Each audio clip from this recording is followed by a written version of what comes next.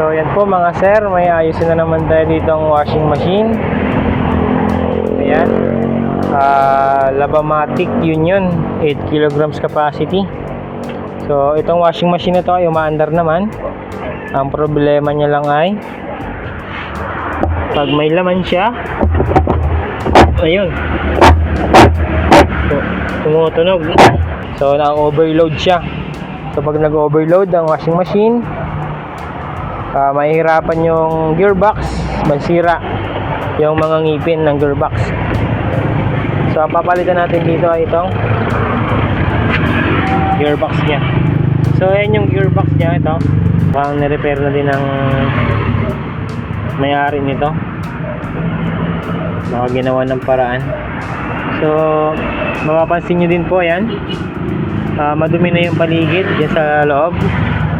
So dahilan din yan dahil sira na itong ating gearbox. Yung oil seal nya sa taas, dumadaan na yung tubig.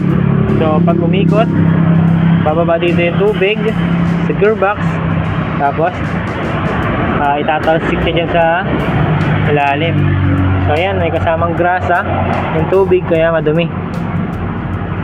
So pati yung ating motor, napapansin nyo, yan yung motor nya, may kalawang na din, nabasa na din yan. So yan, tingnan nyo po kung paano tayo magpapalit ng gearbox. Bubuksan natin to.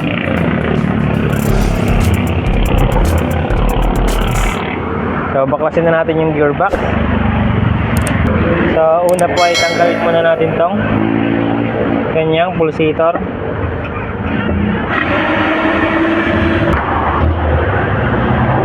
Hinihila lang naman ito pataas. Ayan, ito yung kanyang pulsator. So yan, natanggal na natin yung kanyang pulsator. Ito na. So sunod natin gagawin ay tatanggalin na natin yung mga tornilyo dito sa gilid. Ayan. So may mga tornilyo yan dito. So 1, 2, 3, 4, 5, 6, 6, tapos dito pampito yan. So dito sa mga tornilyo nya medyo mahirapan ako magtanggal dahil kinalawang na. So gamit na lang tayo dyan ng barena para mabuksan natin. Gawa na lang natin ng paraan. So yan, gamitan na natin ng barena.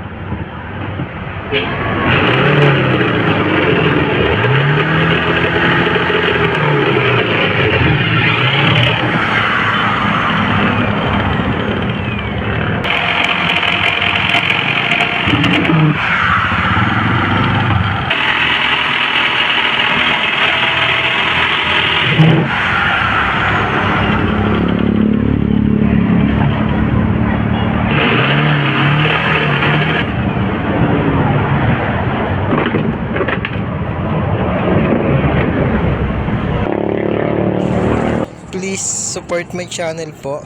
Pa-subscribe naman po ako. Maraming salamat.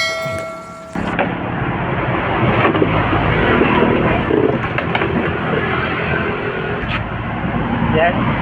Ito yung kanyang gearbox. Tatanggalin lang natin.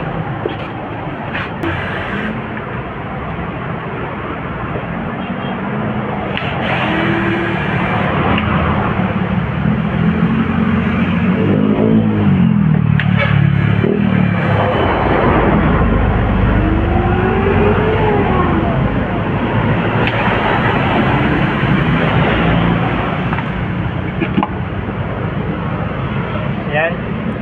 Papalitan lang natin ito ng bago. Wala ko ng bago. Yan. Ito yung ating kakabit na bagong gearbox.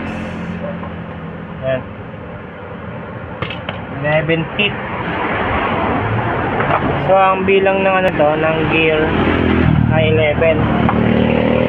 So try muna natin.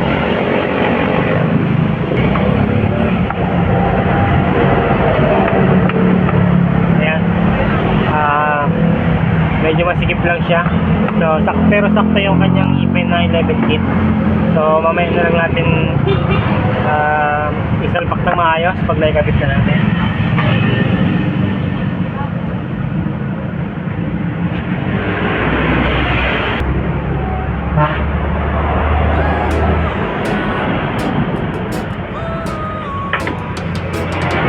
Uy mo ay repair shop, dito ka na tumawag. Electric fan at washing machine, ayos agad. Deep cleaning service, automatic to manual. Rice cooker repair, garantisado ang asal. Moy, moy. Ayan, kabit na natin ito kanyang pulsator.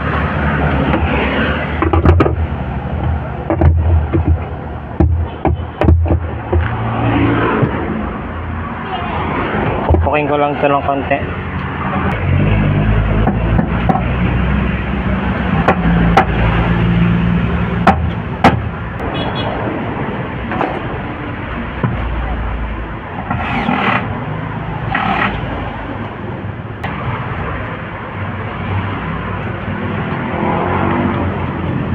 So yan, nakikabit na natin yung pulsator. Lagyan na naman natin ng tubig para matry natin.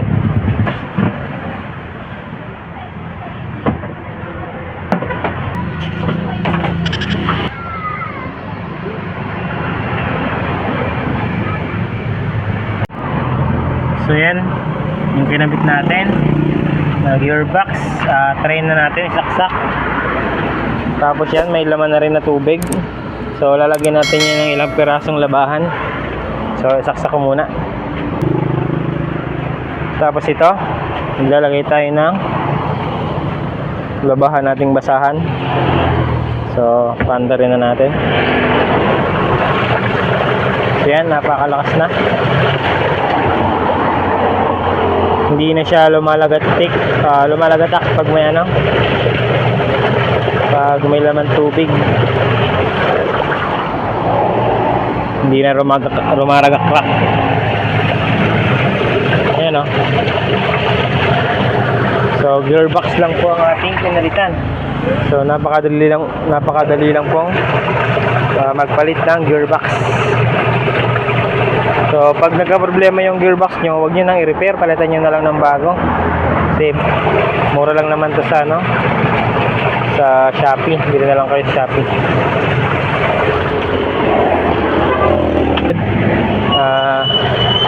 Sana po ay supportahan nyo po ang aking channel para po sa madami pang video na aking gagawin.